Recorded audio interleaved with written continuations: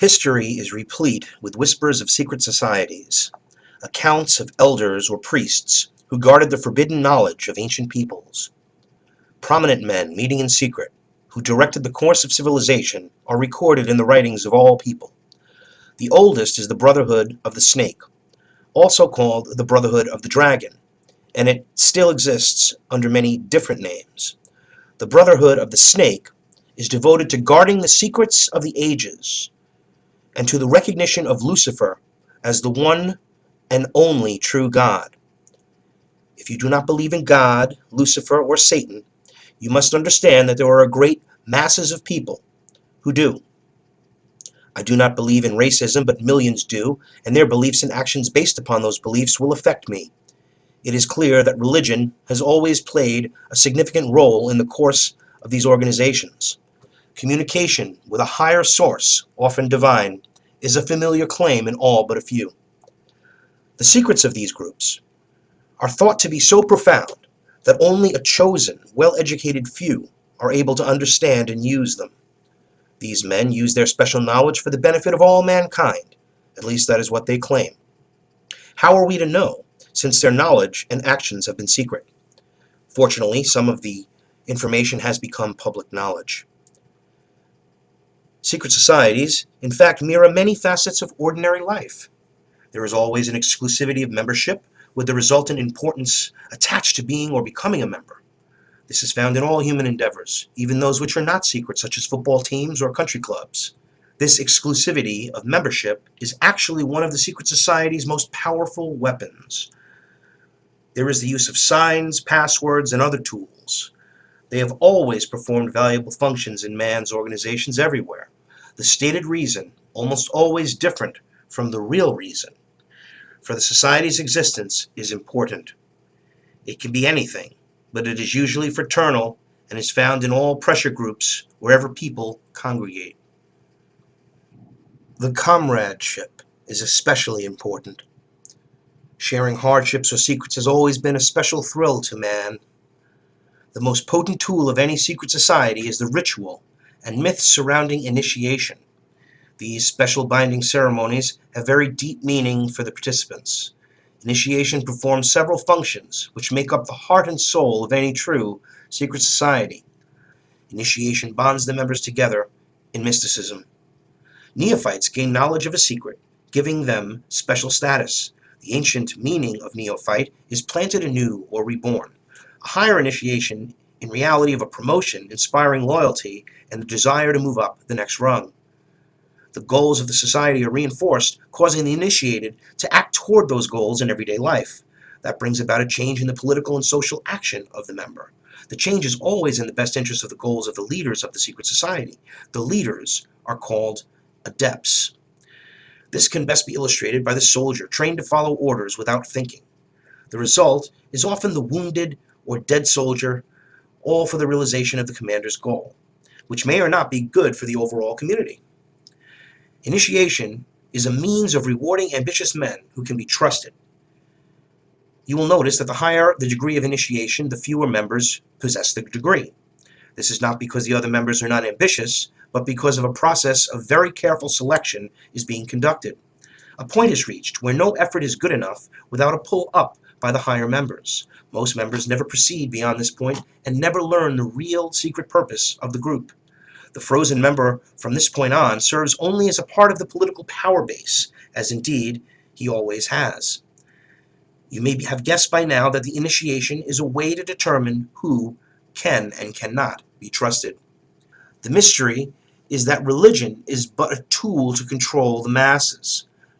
Knowledge or wisdom is their only God, through which man himself will become God. The snake and the dragon are both symbols of wisdom. Lucifer is the personification of the symbol. It was Lucifer who tempted Eve to entice Adam to eat of the tree of knowledge and thus free man from the bondage of ignorance. The worship, which is much different than study of knowledge, science, or technology, is Satanism in its purest form, and its god is Lucifer. Its secret symbol is the all-seeing eye in the pyramid. Most secret societies are generally considered to be antisocial. They are believed to contain elements that are not liked or outright harmful to the community in general. This is exactly the case in some instances. Communism and fascism are secret societies in many countries where they are prohibited by law. In this country, the Nazi Party and the Ku Klux Klan are secret societies due mostly to the fact that the general public is disgusted by them. Their activities are sometimes illegal, and thus secrecy of their membership. The early Christians were a secret society because Roman authorities considered them from the start to be dangerous to imperial rule. The same was true of the followers of Islam. The Drusid and Yazidis in Syria and Iraq considered the Arabs a dangerous secret society dedicated to the takeover of the world. The Arabs today think the same of the Jews. Catholics and Freemasons used to have precisely the same ideas about each other. In many primitive or backward societies, initiation into the highest degrees of the group involves subjugation to trials, which not infrequently resulted in death or insanity for the candidate. It can be seen that social right and wrong is not the yardstick in estimating the value of a secret society. Since the beginning of recorded history, government bodies of every nation have been involved with maintaining the status quo to defend the establishment against minority groups that sought to function as states within states or to oust the constituted authority and take over its place. Many of these attempts have succeeded, but have not always lasted. Man's desire to be one of the elect is something that no power on earth has been able to lessen, let alone destroy. It is one of the secrets of the secret societies. It is what gives them a political base and a lot of clout. Members often vote the same and give each other preferences in daily business, legal, and social activities. It is the deepest desire of many to be able to say, I belong to the elect. The most important of all these ancient groups is the Brotherhood of the Snake or Dragon, and was simply known as the Mysteries. The snake and dragon are symbols that represent wisdom. The father of wisdom is Lucifer, also called the light bearer. The focus of worship for the Mysteries was Osiris, another name for Lucifer. Osiris was the name of the bright star that the ancients believed had been cast down onto the earth. The literal meaning of Lucifer is bringer of light, or the morning star. After Osiris was gone from the sky, the ancients saw the sun as a representation of Osiris, or more correctly, Lucifer. Most of the greatest minds that have ever lived were initiated into the society of mysteries by secret and dangerous rites, some of which were very cruel. Some of the most famous were known as Osiris, Isis, Sabazius, and Eleusis. Plato was one of these initiates, and he described some of those mysteries in his writings. Plato's initiation encompassed 3 days of entombment in the Great Pyramid, during which time he died, symbolically, was reborn, and was given secrets that he was to preserve. Plato's writings are full of information on the mysteries. Manly P. Hall stated in his book, The Secret Teachings of All Ages, that the illumined of antiquity entered its pyramid of Gaza portals as men. They came forth as gods. The ancient Egyptian word for pyramid was kuti, which means glorious light. Mr. Hall also says the pyramids, the great Egyptian temples of initiation. According to many, the Great Pyramids were built to commemorate and observe a supernova explosion that occurred in the year 4000 BC.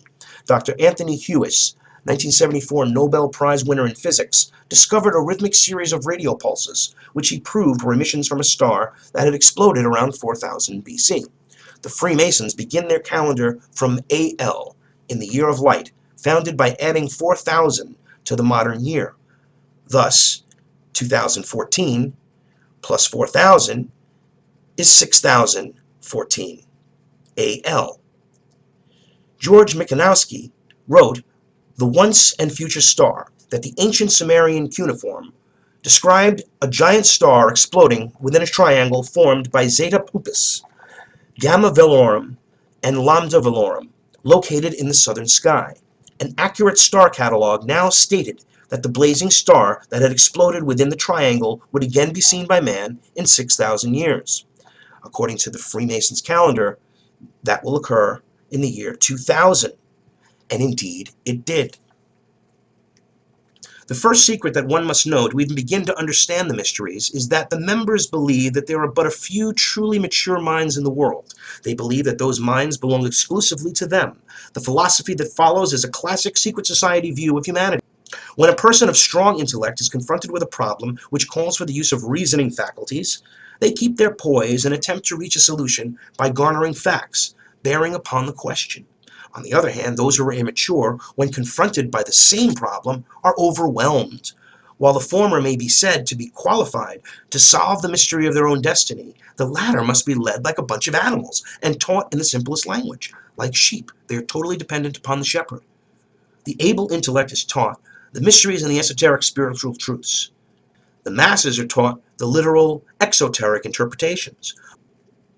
The elect are given knowledge of the mysteries and are illumined, and are thus known as the Illuminati, or the Illuminated Ones, the guardians of the secrets of the ages.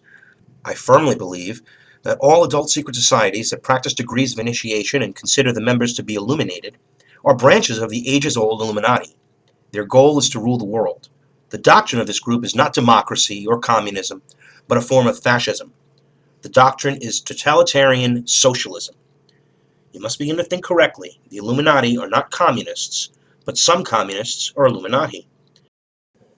In 1871, 33rd degree Freemason Albert Pike's letter to Freemason Illuminati Giuseppe Mazzini detailed the three Hegelian wars to be promulgated: thesis, antithesis, synthesis, or problem, reaction, solution, the Hegelian dialectic.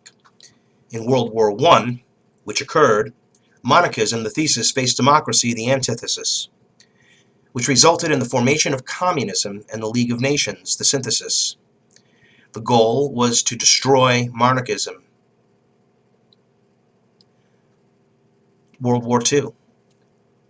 Democracy and communism, thesis, faced fascism, antithesis, which resulted in a more powerful United Nations, synthesis, the world government coming closer.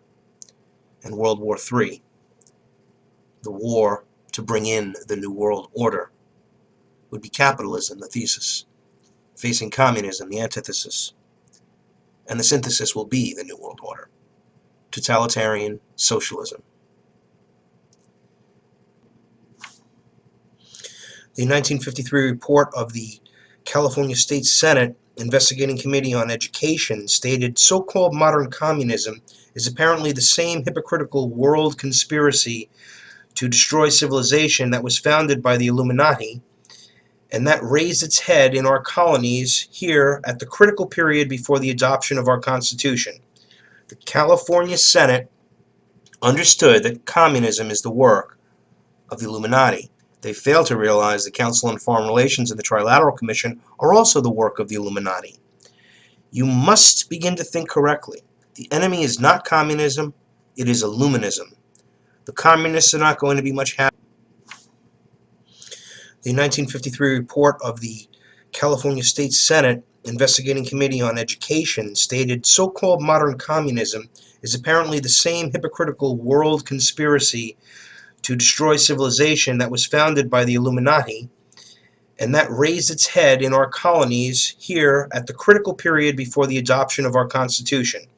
The California Senate understood that communism is the work of the Illuminati. They failed to realize the Council on Foreign Relations and the Trilateral Commission are also the work of the Illuminati. You must begin to think correctly. The enemy is not communism, it is Illuminism. The communists are not going to be much happier with the New World Order than we are. I hope this has illustrated that most modern secret societies, and especially those that practice degrees of initiation, and that is the key, ladies and gentlemen, are one society with one purpose. Call them what you wish: the Order of the Quest, the Jason Society, the Kabbalah, the Knights Templar, the Knights of Malta, the Knights of Columbus, the Jesuits, the Masons, the Ancient and Mystical Order of Rosicrucius, the Illuminati, the Nazi Party, the Communists, the executive members of the CFR, the Group, the Brotherhood of the Dragon, the Rosicrucians, the Royal Institute of International Affairs, the Trilateral Commission, the Bilderberg Group, the Open Friendly Secret Society, the Vatican, also known as the Vatican, the Russell Trust, the Skull and Bones, and the Scroll and Key, the Order. They are all the same and all work towards the same ultimate goal: a new world order. 99% of the credit for this presentation comes directly from Bill Cooper's Behold a Pale Horse, Chapter 2, and you'll find Watch Truth Talk News Live, Fight the New World Order, Fridays, 7 p.m. Eastern Standard Time on livestream.com/Truth Talk News.